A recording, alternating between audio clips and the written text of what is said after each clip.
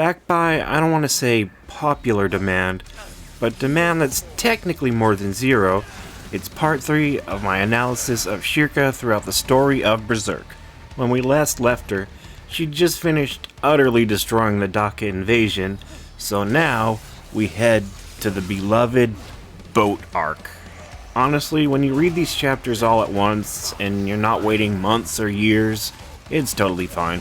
After that godlike performance in the aforementioned battle, she's finally starting to come out of her shell a little bit and gain some much-deserved self-confidence. We start off with her beginning Farnice's training in astral projection. We get to see a little bit of this newfound confidence in her words and facial expressions as she's trying to inspire some confidence in a nervous Farnice.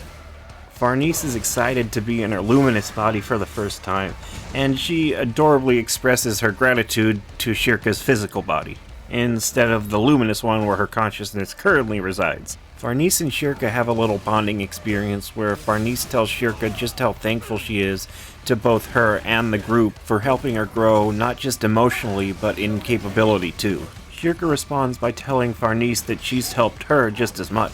Schierke used to be prejudiced and untrusting of any outsider, but Farnice and the rest of her friends helped her see the world and the people in it with a sense of nuance that she never had before. She goes on to talk about how this group of people whom Flora forced her to work with, the group of people that she initially viewed as detestable, actually had a great deal of warmth and tranquility just beneath the surface. Schierke then takes Farnice outside to fly around the ship, where she's able to see the wind sylphs as she's in astral form.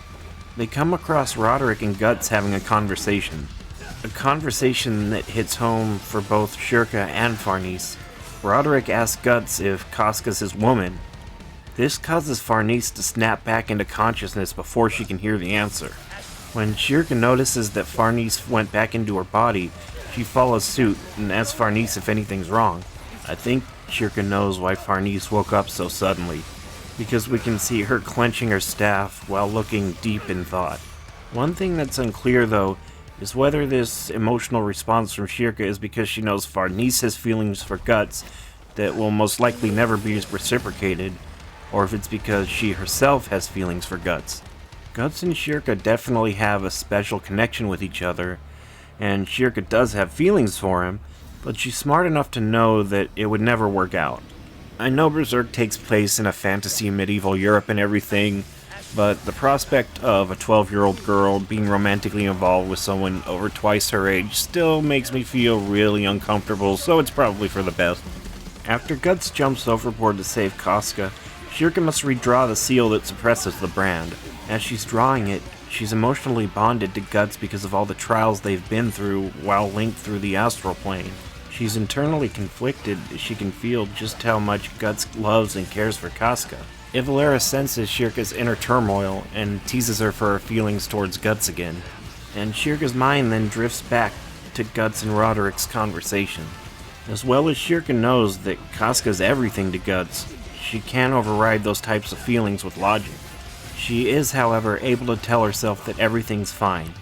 Sure, they'll never be involved romantically, but she and Guts do have something very special between each other, something that belongs only to them. After much sailing and Skeleton Man done goofing by judgment nutting reality in half, Schierke goes into astral form to try to figure out just what's going on. And of course, Isidro decides to draw a pirate face on her while she's outside her body. She wakes up understandably pissed to find out that the art project on her face was more or less a group effort between Isidro and the elves. I mean, she really shouldn't be surprised when it comes to Isidro and Puck at this point. The levity is short-lived, however, as Schierke knows just how bad things just got, and on top of that, the Scooby-Doo pirates are back and are much more annoying than ever. He goes and warns Roderick that they are no longer human. Yeah, now we enter homage/rip-offception. The pirates are now tentacle monsters with an origin story right out of Lovecraft's Shadow over Innsmouth, and their design would later be inspire the Chaos Eaters from Dark Souls. Just a little disclaimer, I tried reading Lovecraft a long time ago, but it was just so dry and tedious that I just couldn't do it. so my knowledge on his stuff is going to be really hit or miss, and I apologize if I get something wrong. That being said, I do really like things that are based on and inspired by Lovecraft, though, and this upcoming section, much like I said before, is just the shadow over Innsmouth. After the battle with the newly tentacled pirates, the ship docks at a mysterious island where Schierke immediately senses that there's something just not quite right about it. Isidro and Puck decide they want to go be dumbasses, which, in fairness, is their natural state, but they want to go exploring.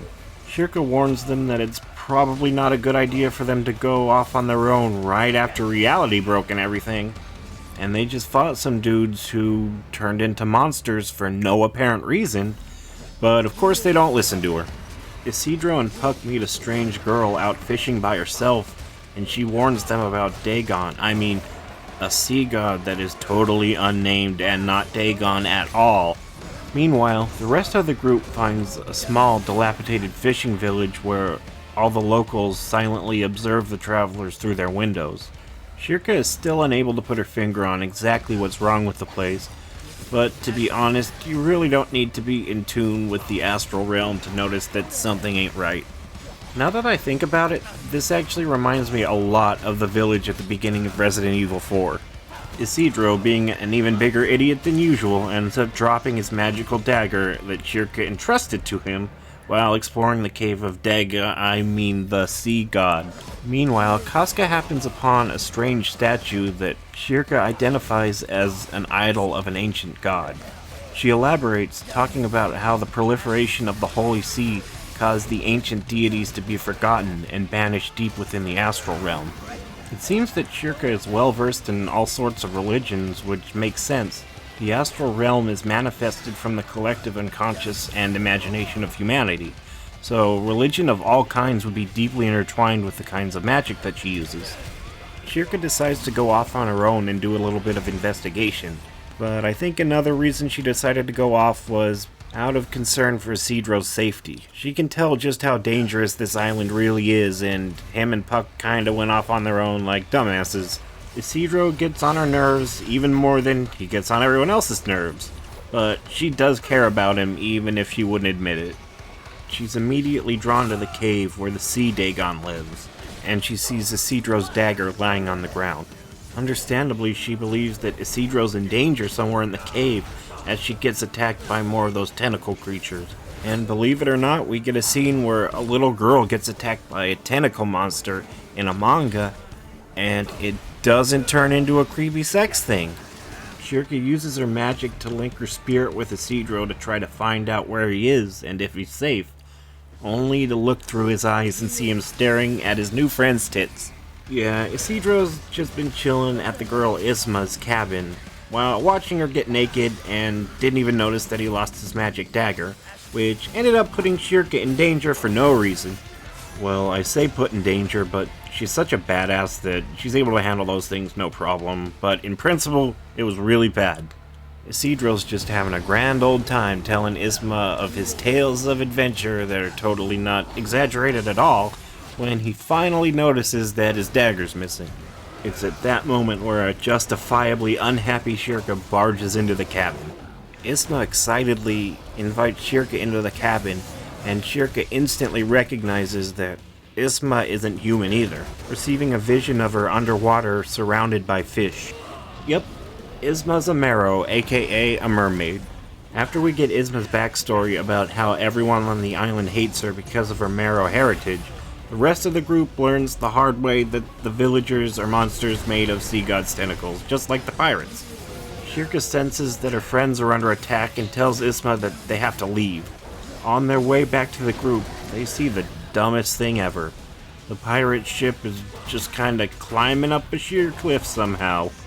The group is overwhelmed by the creatures, and Guts is forced to go berserk without Schierke around, which, for those of you who haven't been paying attention, is kind of important, because she's the only thing that keeps him from killing all of his friends. Some of the monsters attack Isma, but Schierke and Isidro make quick work of them. Schierke decides to try to reach out to Guts with her luminous body, but when she gets to him, he's already too far gone and she can't get through to him. Guts then sees a strange apparition that brings him back to his senses just long enough for Schierke to jump on his back with her physical body and get him out of his berserker state completely. The group scolds Schierke for putting herself in such danger. Even Guts tells her not to be so reckless, but she quickly responds, telling him that he has no right to criticize anyone else for being reckless. Guts then takes the hint and thanks Schierke for saving him, and Isma tells her how cool she was, and just like always, she doesn't know how to deal with all the praise and just ends up getting embarrassed. I think I'm going to end this part here before the epic battle with the Sea God and the eventual trip to Elfhelm. There's definitely going to be a lot to talk about concerning Schierke once we do get to Elfhelm, so look forward to that. Please rate the video and comment. My channel is still really small and it helps people find me if there's engagement and stuff like that. I'm going to keep making Berserk analysis videos, so subscribe if you're interested in that. I also cover all the chapters as they come out. That's about it. Thanks for watching.